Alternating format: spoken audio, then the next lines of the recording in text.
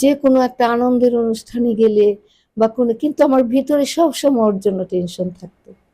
মানে ভিতরে ভিতরে আমি হাসি খুশি বাইরে হাসতেছি করতে, কিন্তু ওর প্রতিদিন আমি, ও যখনই টেলিফোন করতো, বাবা তুমি সাবধানে ফ্লাইং করো, বাবা তুমি সাবধানে ফ্লাইং করো, এরকম কত বলছি, বুঝাইছি।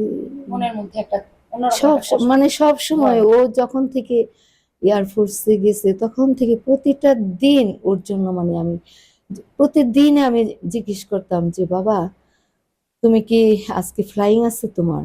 যেদিন না করতো যে না আম্মু আমার ফ্লাইং নেই, সেদিন আমি অনেকটা শান্তি পেতাম।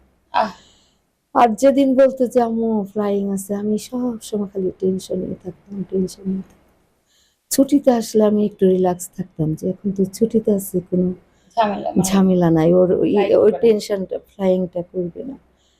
মানে আমার আমার সব শেষ আর কি, আমার আর কিচ্ছু রইলো না, আমার কিচ্ছু রইলো না, সারা জীবন অনেক কষ্ট। আপনার মনের ভয় আর আপনার ছেলের স্বপ্নের মৃত্যু ঘটলো আসলে, আহা, মানে এই যে ভয় সারা জীবনের জন্য। এমনও বলছে আমি এক সময় ইয়েতে চলে যাব,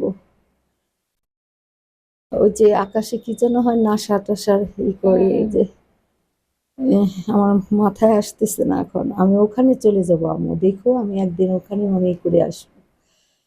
আহ, হ্যাঁ, আমরা ওনার একটা ইন্টারভিউ দেখছি আপনার ছেলের। সে বলতে উনি ওখানে বলছিলেন যে আমার মা সবসময় ভয় পেত আমি আকাশে একটু না আমি ধরেন। একদম কোনোভাবে, আমি ও যাওয়ার পর থেকে মানে আমার জীবনের সব আনন্দ শেষ হয়ে গেছে, অনেক টেনশনে, কাউকে কেউ আমার ভিতরেরই বুঝতো না এটা। আমি মা আমার ভিতরের আমি কাউকে বোঝাতেও পারতাম না, সবার সাথে হাসি খুশি থাকছি থাকছি, কিন্তু কাউকে বোঝাতে পারতাম না যে আমি অনেক টেনশনের মধ্যে আছি, একটা ভয়ের মধ্যে আমি আছে। ভয়ের মধ্যে। আমার ছেলে প্রতিটা দিন কখন ই হয় কেন জানে, আমার ভিতর থেকে সব সময় এটা আসতো, আল্লাহ আপনার মনের ভিতরে এটা, কেন এরকম করলো। আর আমার আল্লাহ ভাবে ছেলেটা নিয়ে যাবে। কখনো এত সহজ সরল ছিল, এত সাদা সিধা জীবন যাপন করতো।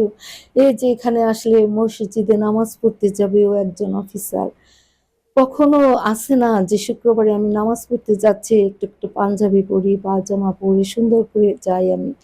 বাসায় যে টি শার্ট পরে থাকতো, যে এটা পরে থাকতো প্যান্ট বা ট্রাউজার। ট্রাউজার, সেটা পরে অমনি চলে গেছে নামাজ পড়তে, কোনো ই ছিল না, কেউ বুঝতেও পারতো না যে ও একজন অফিসার পাই। এই যে রিক্সায় উঠলে কখনো, গাড়ি নিয়ে এখানে আসতো, কিন্তু ওর মেয়েটা আবার রিক্সায় ঘুরতে খুব পছন্দ করতো। এখানে আসলে কখনো গাড়ি যে এসে যে গ্যারেজের ভিতর ঢুকাতো, আর মানে কখনো গাড়িতে কখনো কোথাও ঘুরতো না। সে রিক্সাদের কখনো রিক্সায় উঠেই মামা মামা করতো রিক্সা ড্রাইভার। রিক্সা চালককে, কখনো মানে কারোর সাথে কখনো এ করতো না। এই যে ব্যাংকেই বলেন, কোনো অফিসে কাজ করতে গেলে কয়েকজন এসে আমাকে কয়েকদিন বলছে, আমি তো জানি না ও ব্যাংকে গিয়ে কি করে না করে, বলে কি রিফাতকে দেখলাম সে জনগণের সাথে লাইনে ধরে দাঁড়িয়ে আছে, আমার সাথে দেখা হলো, যে রিফাত তুমি এইখানে কেন, তুমি ম্যানেজার সাহেবের রুমে গেলেই তো তোমার সব কাজ করে দেয়। বলে না অসুবিধা নাই। এরকম ৩-৪ জনকে মানে ব্যাংকে ওরকম দেখছি, মানে এত সাদা সিধা এত ইচ্ছে।